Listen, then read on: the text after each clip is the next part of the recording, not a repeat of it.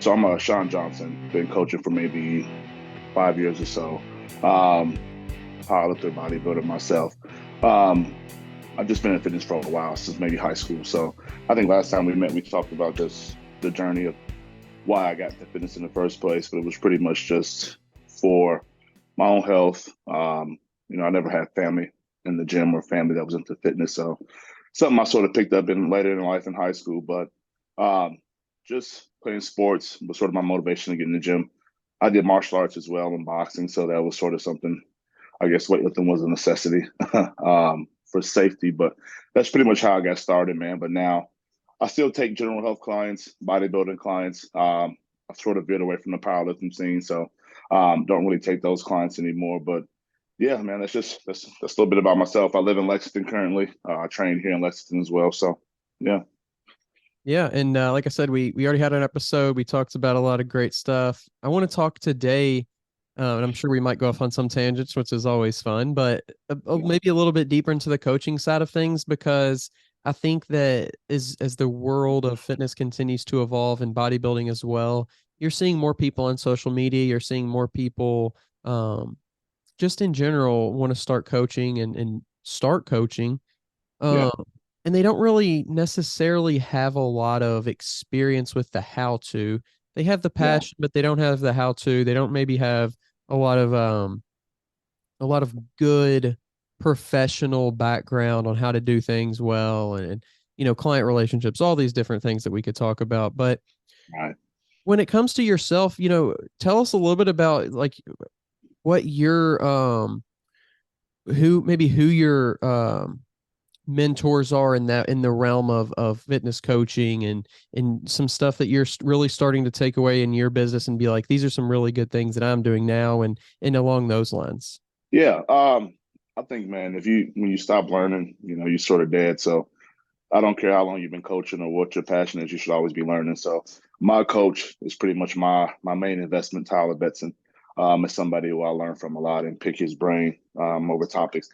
Obviously, do a lot of reading, take a lot of courses. Another person that I really look up to is John Jewett, somebody who offers pretty good information, pretty good a lot of free information, honestly. But he also offers courses as well, mentorships and whatnot. So just always trying to learn, man, and invest in things like that. Like I said, Tyler is somebody who is an amazing resource for me. Anytime I have a question about a client, bodybuilding or not, he's somebody that I can go to and learn from and pick his brain. And that's pretty much, our relationship. He's my coach, but that's really my go-to.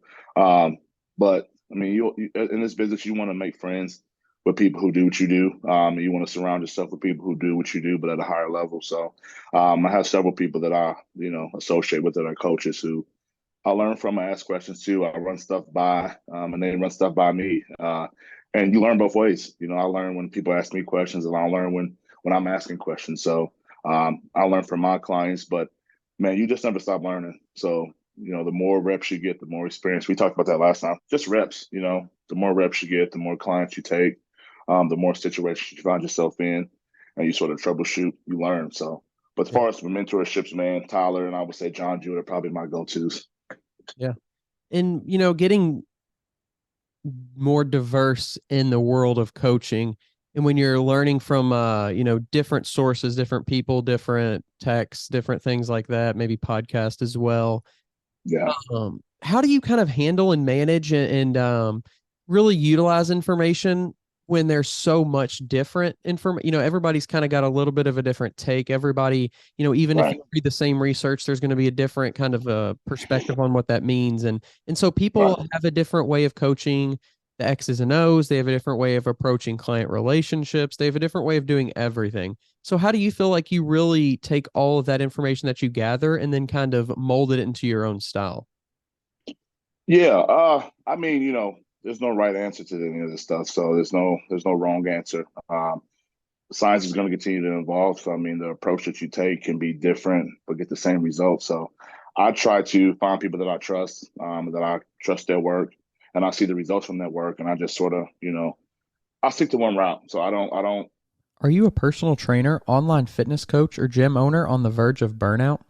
Are you wanting to grow your fitness business but can't add more hours to your hectic schedule? Introducing Trainer Revenue Multiplier, the premier wealth creation system for fitness professionals that helps you earn more and work less. Visit www.trainerrevenuemultiplier.com today to schedule your free business accelerator session. If you're serious about taking your business to the next level, schedule your call today.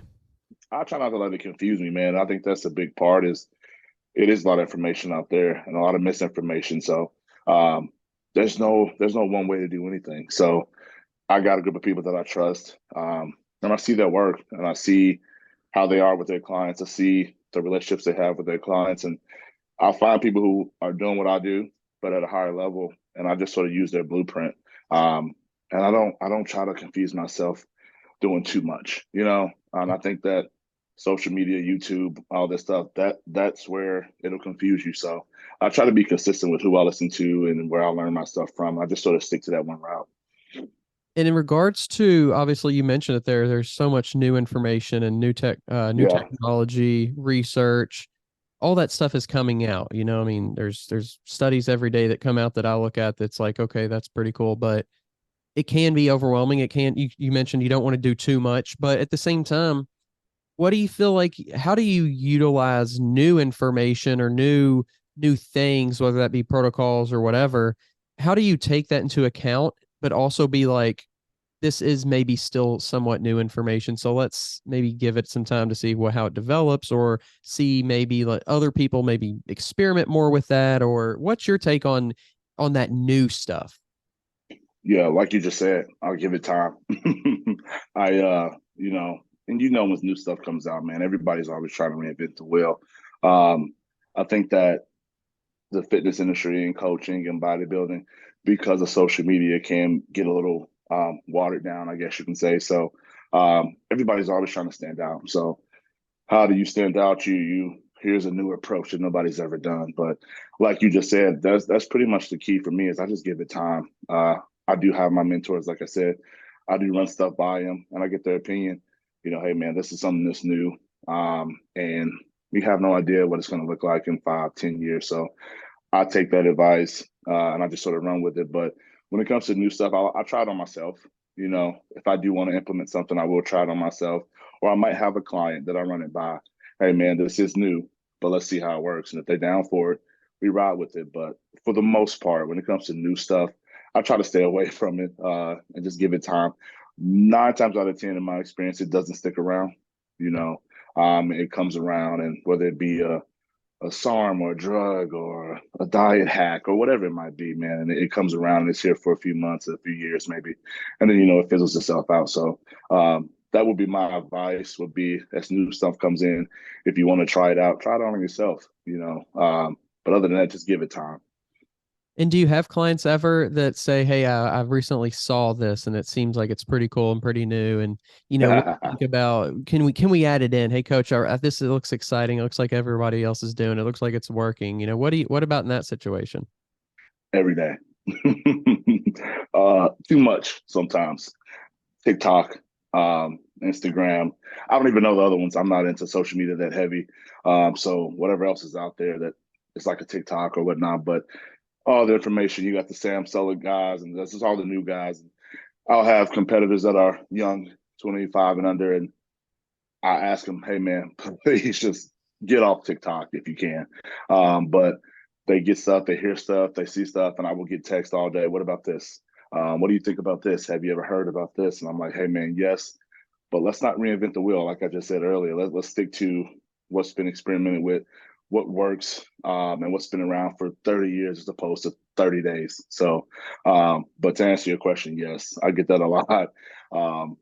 And like I said, I will try to, educate them on, hey, not everything's bad. Not all new information that comes out is bad. If we don't have different opinions and new information come out, how do we change? How do we evolve? So it's not all bad, and I don't shoot it all down. But I am not a fan of just throwing stuff out there, trying random things, and then just seeing what works just because something new comes out every week. So, but that is how you learn. So when they do bring it to me, if I am not fully educated on it, I will try to go educate myself, and that's how I learn as well. So that's just an example of being able to learn from clients, just like I teach them. So Right. And then along the lines of, like, let's say, there's something that a new, no, I don't even know if it's new, but let's just say it's a refreshed way of doing things, or Yeah, somebody big post up, this is how I'm doing, squats now, or this is how I'm doing yeah, bicep curls now, and this is really working it, and no one else is doing it, whatever. And you have maybe that client that is still very young and still very impressionable, and so they start changing the way that they do something, and it may not yeah, even be something specifically that you've told them to not to do. Maybe it's yeah, just something, like I said, something as simple as a bicep curl, where it's like you may not have given a person instruction on how to do that, they might not have asked, but it's like, okay, this yeah, is how we just do it, and they yeah, start doing it differently, or whatever. And it comes around and it's like, hey man, why am I not, seeing this development that we should be seeing in our XYZ motion, XYZ movement pattern? Um, and it's like, and they start, bringing up, oh, well, this is the way Nick Walker's been doing, or this is the way this person's been doing it. yeah, Um, yeah. how do you really go about to handle that situation with a person, to where it's not like they're going against what you're saying, but they're doing something that maybe is without informing you, I guess. Excuse me. So communication, man, is like super important. So I think communication, trust when it comes to coach client relationship is the end all be all. Like if you don't communicate, you don't have trust, then you sort of just spinning your wheels, both of you guys. So I really try really hard to implement from the start of a relationship, communication, trust. So the way I do my programming is I have an app, and every exercise I give you comes with a video. And I select the video based on exactly how I want you to perform the exercise. So I try to leave as little, for them to have to think on their own as I can. So because like you said, if I just say bicep curls, oh, you'll see all types of, weird stuff that's not there, or a piece of equipment they bought that they, whatever it might be. So if you are going to deviate from the plan, communicate, let me know. So I have a good experience with it myself. I'm sure a lot of coaches may not, but as far as communicating with me on when they want to try something new, I have a good experience with that. They normally will reach out and say, "Hey, how do you feel about this?" Or "I saw this," or "What do you think about this?" And not everything, like I said, not everything's bad. So if they send me something, I'm like, "Hey, that's going to work the same. If you enjoy that, hey, let's ride with it." A good plan is one that's sustainable, and that's enjoyable. So if it gets too mundane for most people or too boring, not everybody's a bodybuilder. Not everybody is out zoned in so much where the same thing every day, same food, same training, same cardio, and could just enjoy that. So if I can mix it up and entertain, if you will, their TikTok and all their influencers, let's ride with it. Like I said, not all of it's bad, but I do try to educate them on the fact that you are not Nick Walker or whoever you're looking at. So, and especially if I'm talking to a natural, client who Nick Walker can do that, but you can't. So, but if you want to ride with it, let's ride with it if it works. But sometimes I'll give them a chance, man, to try it, and then we'll see. Hey, okay, it's not working. Let's go back to the basics. So, I'm a believer in old school training, as far as the movements and just how to perform them. So all this new stuff that comes out, it's not all bad again, but it the old school stuff always works and it still works. So that's how I try to coach. But again, it depends on the client, who they are and what the goal is, and where they are in their journey. Yeah. And this is obviously, this question is going to be a little bit maybe challenging to answer on a general level, because it will come Yeah, down to probably each individual person. But yeah. let's say, somebody is that type of person who wants to just constantly have something new or have something fresh. Like how do you approach that? Is there something that as a coach that you can say, these are the variables that maybe we can freshen up a little bit more often, because they're not going to be as specific to a given thing, or like how, just in general, how would you approach that person who just wants a little bit more variation? Like you said, it is a person to person basis. If somebody is competing or wanting to compete, it's a lot more structure there. It's a lot less flexibility there. That there is a way for it to be, excuse me, for it to be done, and it's hard to really track the progress and have the data that you need to sort of make adjustments week to week and month to month with when you're all over the place. So for that client, I'm a little less flexible, and I have parted ways with clients because of that. If you want new workouts every day, it's just not how it works. And I'll take it back to that first question. Tyler, again, is somebody who I trust with in all my programming. And I know that he knows what he's doing. So a lot of times I'll use him as an example, or other coaches I know as an example. Hey, man, this person is not changing people's programs every day, and look at the success. So that is my advice for anybody outside of fitness. If you want to do something and you want to be successful, find people who are doing it better than you and follow the blueprint. So why are you doing random things? But a client who, again, is not competing or is just a general health or just looking to look better and feel better, it needs to be fun, especially if they're new to fitness or newer. It can't be super mundane. It can't be boring. My job is not just to get you results, but to teach you a lifestyle, teach you how to live the lifestyle. And if I can make it enjoyable, I'm not opposed to that. So different workouts every day or every week, that probably will never happen. But changing them up more frequently, depending on the client, I'm not opposed to that. But you need to be doing the work. So if you're not following the plan, if you're not at least 90% adherence on everything week to week, then no, the answer is no. But if you're executing the plan, if you're putting the work in, if you're doing your cardio, if you're eating your meals, I can work with you. Yeah. And just very, once again, generally speaking, but what are some of those variables that are easier to switch up? I would start with certain movements, certain movements that are not as crucial, I guess you can say.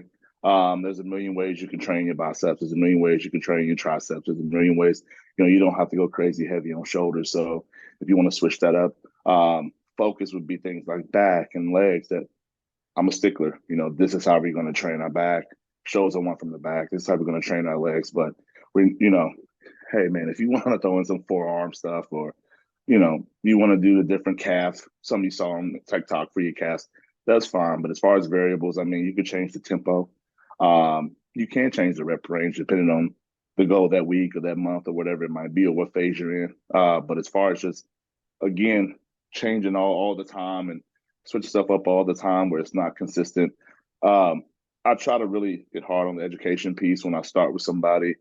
So they not just understand what they're doing, but why, if you can get through to them the why, then I think you'll sort of eliminate a lot of that request to be random. I spend a lot of time with my people when we first start, that first probably month, a lot of communication and a lot of education so they can understand why they're doing what they're doing.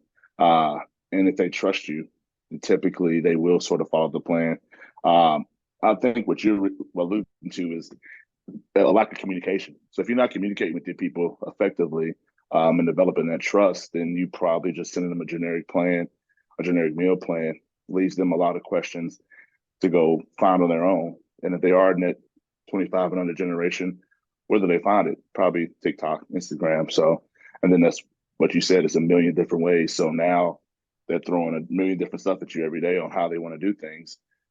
The more information you give them, the more communication you give them, the more upfront when I first send out their plan, they should have no questions.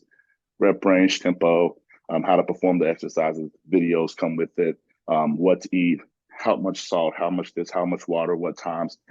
If you over communicate, they shouldn't have as many reasons to go outside of you and seek random new ways. But if they do consistently, then they probably are somebody that might be fall into the uncoachable category, maybe. Or maybe you're just not the right coach for them, and that's fine too. It doesn't make you a bad coach. It doesn't make them a bad client. Not every coach and client will mesh. Are you a personal trainer who wants to scale and grow your business online? Have you been coaching online for years, yet don't know how to incorporate online into your current business model? Introducing Trainer Revenue Multiplier, the premier wealth creation system for fitness professionals that helps you earn more and work less. Visit www.trainerrevenuemultiplier.com today to schedule your free business accelerator session. If you're serious about taking your business to the next level, schedule your call today.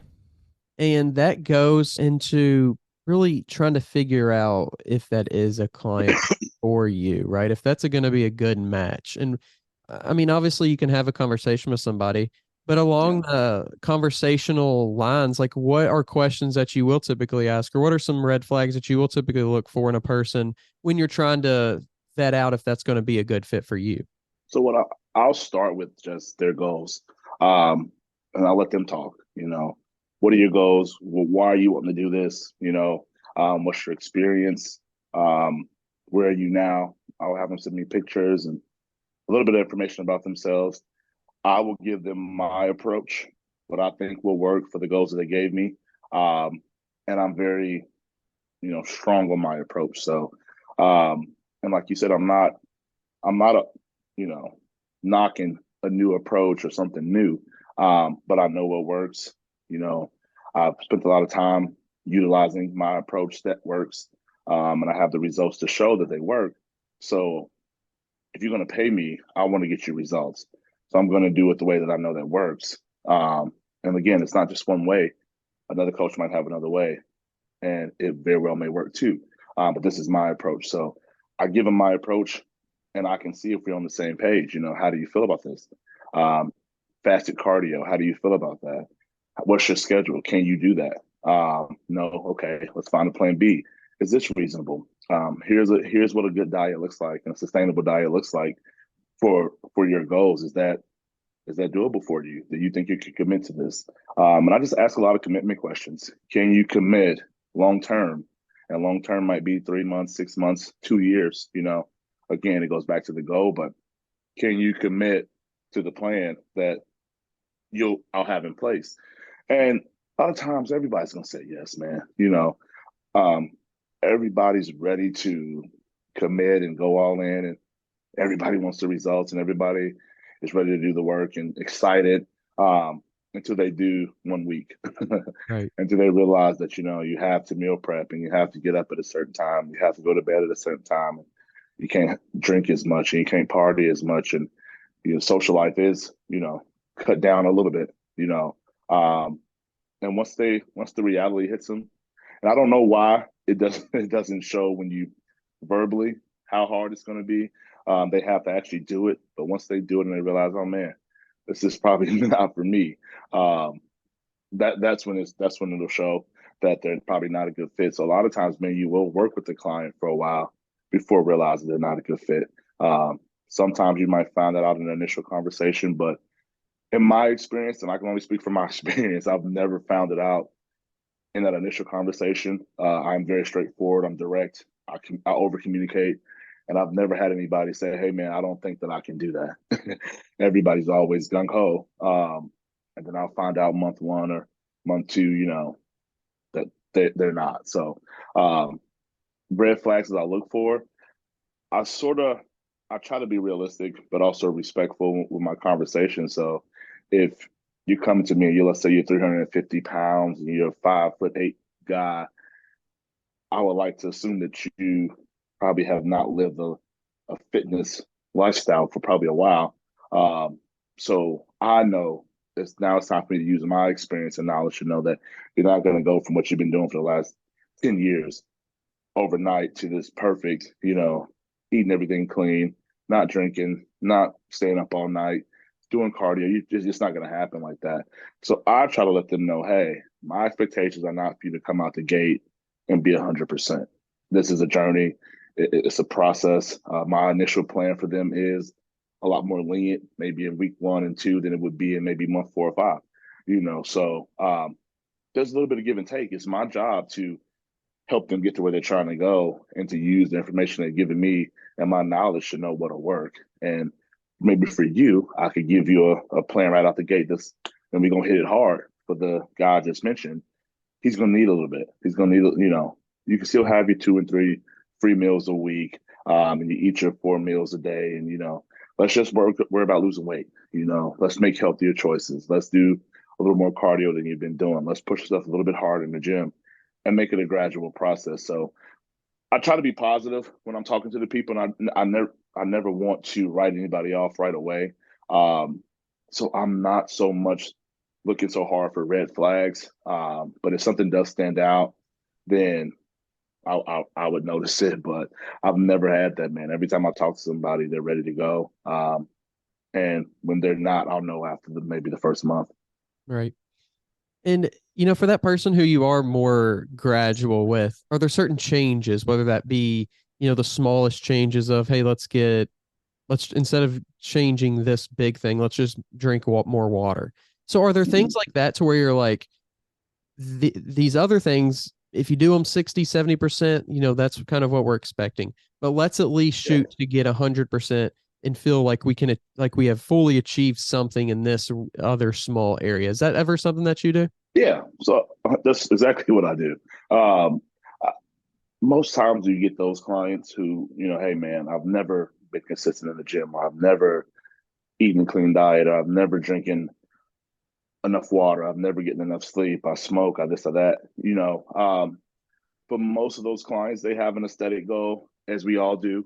But I think for those clients, what can really sort of get them consistent is the feel good part. So let's focus on things that's going to make you feel better. Let's drink more water.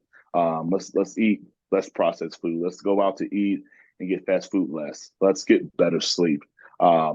Let's start taking your multivitamins, every day. Let's do those little things that are going to make you feel better. And I think as they start to feel better, somebody who I just had a guy recently started at 350 pounds and was down to 320 in like 3 weeks. When you have that much weight to lose, it doesn't take a lot to lose it initially. So I wasn't as focused on weight loss as I was him just feeling better. His biggest, concern when he came to me was I'm tired all the time. I don't get good sleep at night. My sex drive is completely non-existent. I struggle to stay awake at work. I'm sick all the time. I have headaches. So it's just so many. It was all about feel, how you felt. So if we could focus on the things that are just going to make you feel better, move more, do your cardio. There's times that he'll reach out to me, hey man, something came up. I only have 20 minutes at the gym today. Let's skip the weights. Let's just do our cardio. Let's just move. Let's just keep dropping weight, keep drinking our water, keep making clean, healthy food choices, eating more veggies. He was probably maybe 70% on average when it comes to the meal plan as far as adherence. But the big part that stood out to me was he wasn't going to get fast food. He wasn't snacking at night. So now he's not eating enough according to the meal plan. But hey, I'll take it. I'll take the 70% with the meal plan, Xing out the fast food, Xing out the Chick-fil-A, Xing out the chips at night, Xing out the 3 beers before you go to bed, and he started to feel better literally overnight. So yeah, that's exactly what I do. For somebody like that who adherence is going to be a problem, or the experience of what it's like to stick to a plan, and when it comes to fitness, I focus on what's most important, for their health and for their goals. And I try to put it all together, just motivate them that I love positive feedback, man. Like my coach, for example, he works with higher level clients as far as, he can be, hey man, it's never enough. But that's a good approach when you have people who you're trying to put on stage and win, national and pro shows. So but for myself with a client like that, and I'm that way too with my competitors, but for a general health client, man, it's all about what's sustainable and what's going to make them feel good. And get the results they want, but teach them sort of how to live the lifestyle, because they're not going to be my client forever. And I understand that. Some will stick around for years, some will stick around for months. But when you leave me, if you have enough information that you can sort of keep this lifestyle going and maybe even help somebody else along the way, I feel like I did my job. So. Right. Yeah. And I think that's the power of being a coach too, is like you said, that person is going to then become an influencer. We speak about influencers on social media, but an influencer in their own circles, in their own community, in their own family, to be, to help change other people's perception of what fitness really is. Because I think right now there's the perception of fitness is for a certain amount, a certain type of person, a certain, small percentage of people who just, that's almost seems like that's what they're born into. That's what they love. That's what they're passionate about. But I think the more we can like flip the understanding of what the purpose of fitness is, and that's to get people back into health, then we're really it's going to feel more inclusive for more people. That person that is like you're talking about, that general health person that may be overweight isn't going to feel weird about going in. Okay, a coach is right for me because I want to be healthy, instead of, oh, well, I'm not a superstar athlete, or I'm not you don't have 6-pack abs. So there's no point in me doing that. So I think that's a great point of emphasis, is that educational piece. And for you, is it just like the general education of the process, or do you do anything with your clients, or do you have any plans of doing anything with your clients in regards to like, here's some information or some resources or some things that you can go and do if you have more interest in this information? So I send people stuff all the time. You know, my competitors are they tend to be people who do a lot of research and I guess studying on their own. But I do have a lot of general health clients that as I'm reading, as I'm scrolling, as I'm looking at something, if it relates to them or a situation maybe we just talked about, I send it right over to them. Hey, give this a read or give this a look. Um, and it does help. You know, I think sort of to allude to what you said is as a coach, it's our job to sort of break down that barrier. I think that has people not wanting to work with coaches or trainers because they're not there yet. And it's sort of our job to educate. Hey, just because you see the clients that I work with and they're bodybuilders or they may be a little bit more advanced than you doesn't mean that we're not here as a coach to help everybody, you know. And it's not just everybody needs education, man. Everybody, every single one of us, I don't care how in good shape you are, can use education from somebody who knows a little bit more than you. So especially those people, man, like you said, who are not in the gym, who don't know anything about fitness, don't know how to make healthy lifestyle choices and eat clean and what to do when they do go to the gym and how much is needed of what. And they want to learn, they want to be healthy, they want to, you know, take back control of their lives, but it's an insecure factor. And I think for those people, social media tends to be negative, you know, as where maybe somebody who's wanting to compete or somebody who's a little bit more advanced, social media can be a motivator. You know, hey, I like that. This looks cool. I want to do that. You know, I want to look like that. And it sort of puts a fire in their ass to go out and live that lifestyle. But the reverse can happen for people who might be a little insecure and it might be intimidating to them. So as a coach, you should be an ambassador of fitness and health and wellness. So it's sort of our job to say, hey, you know, don't worry about that. You got to start somewhere. So a big thing I like to tell my people, man, is not to compare their chapter 1 to somebody else's chapter 10. So, you know, I have a client currently who'll be competing in April of next year, and I'm like, hey, man, he's big on TikTok and loves TikTok and loves to watch TikToks and he'll text me every day, hey, man, what do you think about this? Or I saw this, and I'm like, man, come prep. I'm gonna need you to come to my home. You're gonna sleep in my guest room, and I'm taking your phone every night because I need you to just focus on one thing. He's all over the place. I love the guy, but TikTok is something that he can't seem to put down. And I like that he's a researcher. I like that he wants to learn. But like you said when we first started, there's so much information that it becomes hard for him to focus on the plan in front of him because what about this and what do you think about this and what if so you know so yeah, that's pretty much my approach when it comes to people as far as helping them learn is I do believe in that. You don't want to do too much, like I said, because it can confuse them. And I have a lot of clients, man, and you sort of have to, I guess, gauge it what they're there for. But I have a lot of clients, man, who don't really give a crap about what you can teach them. They just want you to tell them what to do. They want to look good. They want to feel good. Hey, man, just tell me what to eat. All this other stuff, I don't really care. You know, and I have to respect that, man. You know, I Yeah. have a job to do. I'll do I'll do my job to the best of my ability, and I will go above and beyond for you. But if that's not something that you want, you know, that's fine. We can still get your results without me teaching you Yeah. along the way. So, you Yeah. know, And I think too that the thing is they'll probably and definitely are learning along the way, even if they don't realize it, right? Because they're exactly. making new decisions. They're Right. buying new things at the grocery store. They're going to the gym and learning exercises, and they're just doing all these things. And I think that that's cool. Um, that's a cool part about it. Like you don't even necessarily have to be an active learner to be a learner. Like you can be a very Right. Right. passive Right. learner when it comes to what you're doing. And I think something that you mentioned about being an ambassador for health and fitness and it's so cool because unfortunately there are those people who are on social media who are in the space, but really they don't really have that much great information. Maybe they're, Yeah. famous or whatever. They have a lot of Yeah. followers, and so they get different kind of sponsorships or something. And so they're selling things. But in reality, those people, unfortunately, they do have a big following. So they do get a big portion of people to listen to what they're saying. And I think we just have to figure out a way for people to be able to distinguish between like.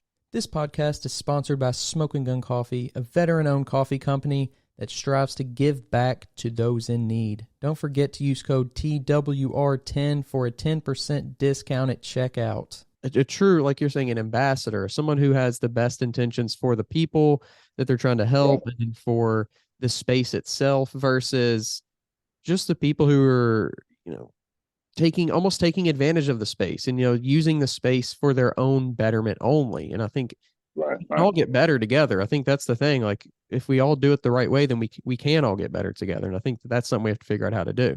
Right.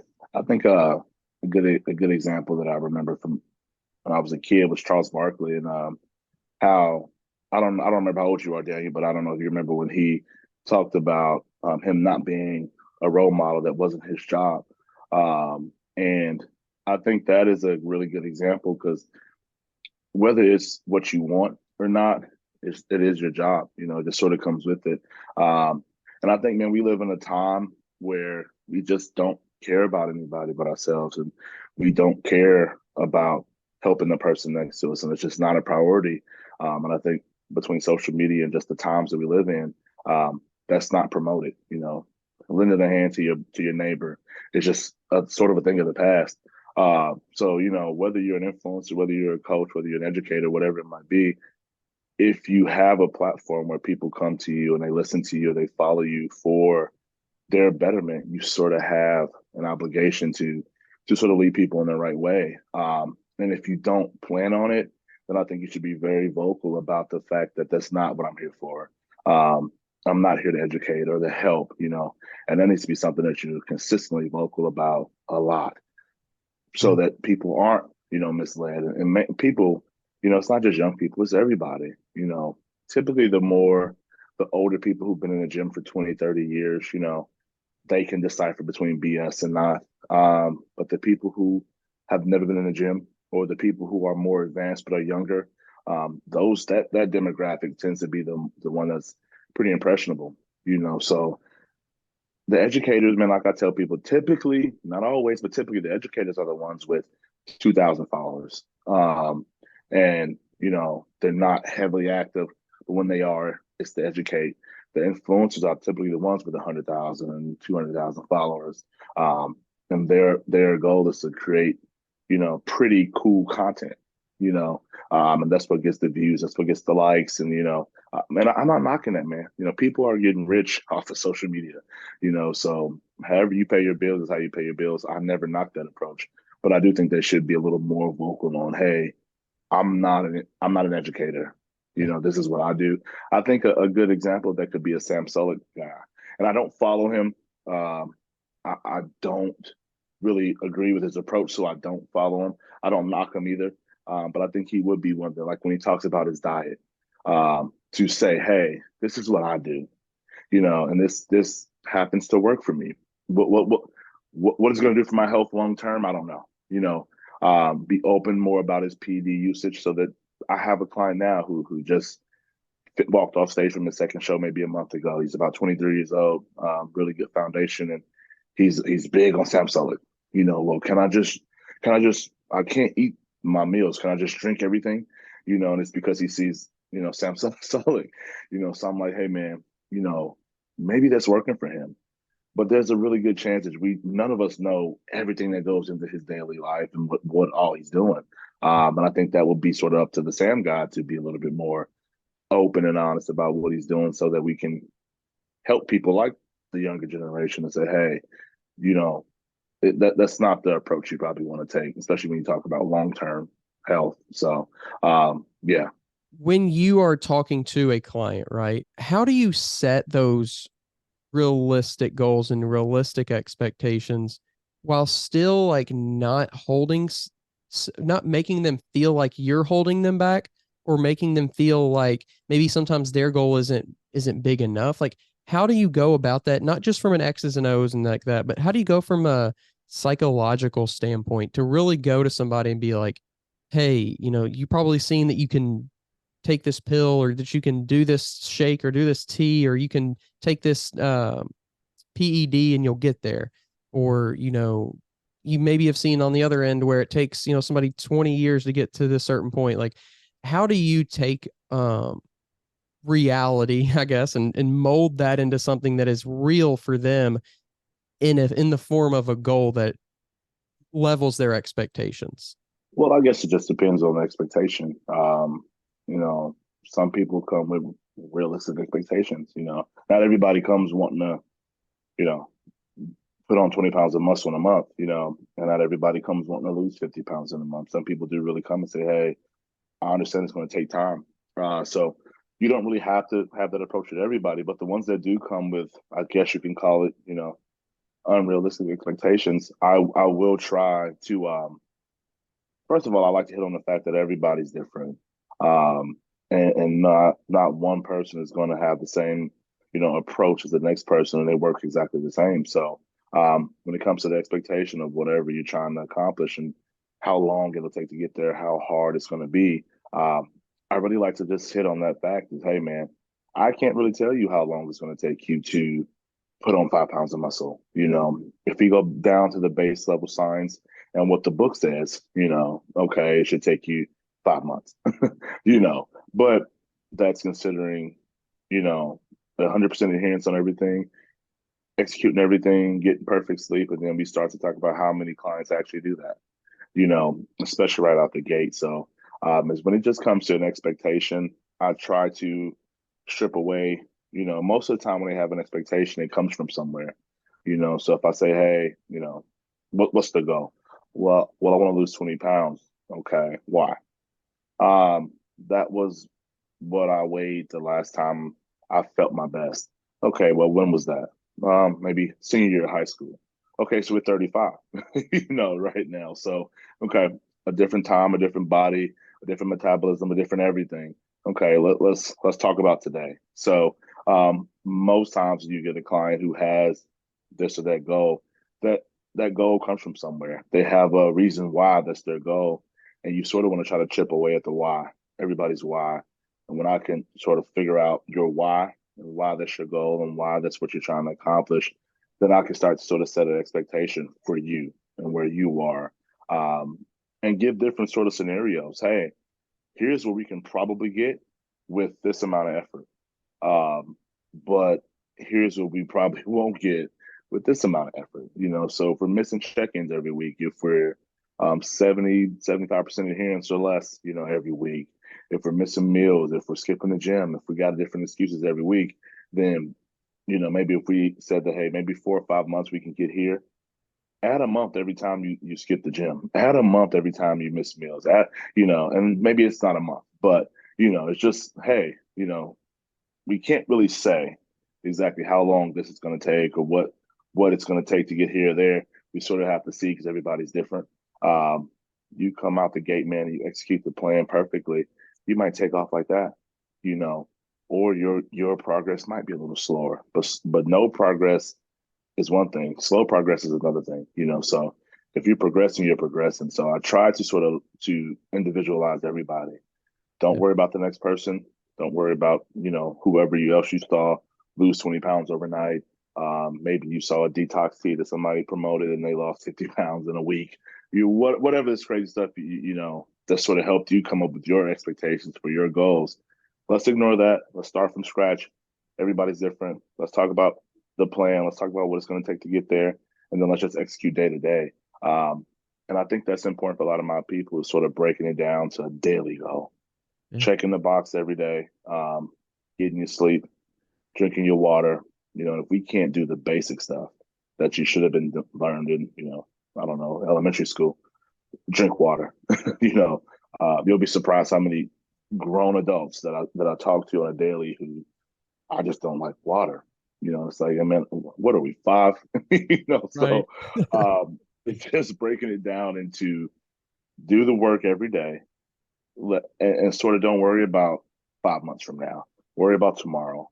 And then once you've mastered checking the boxes every day for, let's say, a month, then we can sort of expand that goal a little bit. Okay, let's worry about 2 months from now. So that's my approach with my people. Is just let them know that it's about you. Don't worry about everybody else. Put your blinders on and just do the work. Yeah. And you mentioned it there, and it's something I want to close out the podcast with, is talking about the check-in process. And to me, I had a coach, and it was very exciting. I love doing the check-ins. I love getting, what am I going to have to do next? Are there changes? All that kind of stuff. It was really exciting for me. Yeah. But what are some things that you think you do really well? What are with your check-ins? Like, what do you think is kind of special, unique, or just something, I guess, like I said, that you do really well in regards to your check-ins? I guess it's a hard question. I just try to do what I'm asked. And I think that is the biggest piece, is just do what I'm asked. Um, I think people, when they avoid check-ins, typically it's because they're not doing the work. And I am flexible with my people, man. If something comes up, if life comes up, if I crashed my car, somebody died, whatever it might be, totally flexible with that stuff. But when it comes to myself, man, just trying to be consistent. I try to get my check-ins to my coach by a certain time every day. And my schedule was different maybe about a month ago. So 10 o'clock to 10:30 was about the time that I would normally get it to him. I would take my pictures, I would do my questions, and I would wait till I got to work to my tablet to send everything. But now I'm full time, just working from home strictly. So now check-in should be probably no later than 8:30. But I think that sort of helps me keep a regimen and get up at the same time every day, knock out check-ins, knock out pictures, get to meal one, get to the gym. So I think that's what will be for me, is just keeping it consistent, so that he can have the data he needs to sort of make the adjustments, but doing it the same way every single time. And that's pretty much, check-ins should not be that complicated. It's not that detailed. The part that I think I might do a lot is the questions. And I recently it was funny, but I recently, told him, hey, I'm not an eater. So the growing process for me is probably much harder than cutting. I can't eat when it's time to eat. We got up to maybe 6,800 calories this last growth phase. So I can eat, but I don't enjoy it. I'm not an eater. I can eat once a day and I'll be just fine. So I I I don't struggle being hungry. I struggle being full. So I told him that I was, feeling hungry, but it was strictly just to let him know how my body was responding to the plan, as he asked. And he told me, "Hey, man, don't be a pussy." So excuse my language, but so I had to shoot him a text and say, "Hey, man, I wasn't, complaining about that. I'm just giving you data.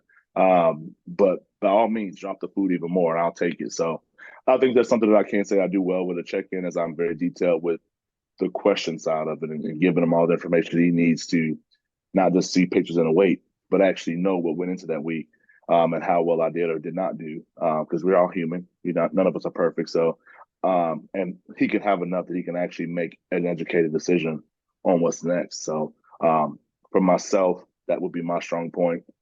Um, I'm not a camera guy. I'm not. I don't consider myself photogenic.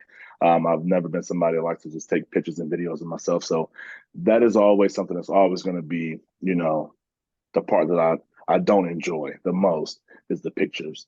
And I'm very critical of myself, so as we all are. So, I tear myself down before I even send it to him. So that part is not as fun for me, but I do enjoy the questions. I do enjoy talking and giving him the feedback. And it's a mixture of excited and nervous. And I tell my clients, man, if you are not excited about check-ins, then you're probably not following the plan. But if you're also not a little nervous, you probably don't care enough, because I'm refreshing my email as soon as I send it to him. I can't wait to see what he's going to say. And I sort of already know what he's going to say, especially at this point. Right. But it's still just, it's fun to get that response. And it always kicks my ass back into gear if maybe that week, come the end of the week, I sort of took my foot off the gas a little bit. Whatever he says normally gets me like, okay, motivated. So yeah, that would be my strong point when it comes to like just a check-in. Gotcha. Man, I really appreciate you coming on. It was great getting to chat with you again and kind of talking more about the coaching side of things. Yes, sir. Thank you for having me on again, man. It was fun. It was. And if you want to share your socials or anything like that before we head out, you can do that again. Yes, sir. So you can follow me at the Muscle Building Coach _ between every word. I don't really do like Facebook or TikTok or anything like that, but Instagram is pretty much where I am. So if you guys want to reach out or have any questions, feel free. If you're tired of searching for a coach or trainer, somebody who knows what they're talking about and has experience, make sure you go check out the new Coach's Corner on weightroompodcast.com. You can find quality, qualified coaches to help you achieve your goals, whether that's in bodybuilding or just general fitness. Stop wasting time and start achieving your goals today. The link to the Coach's Corner is down in the description below.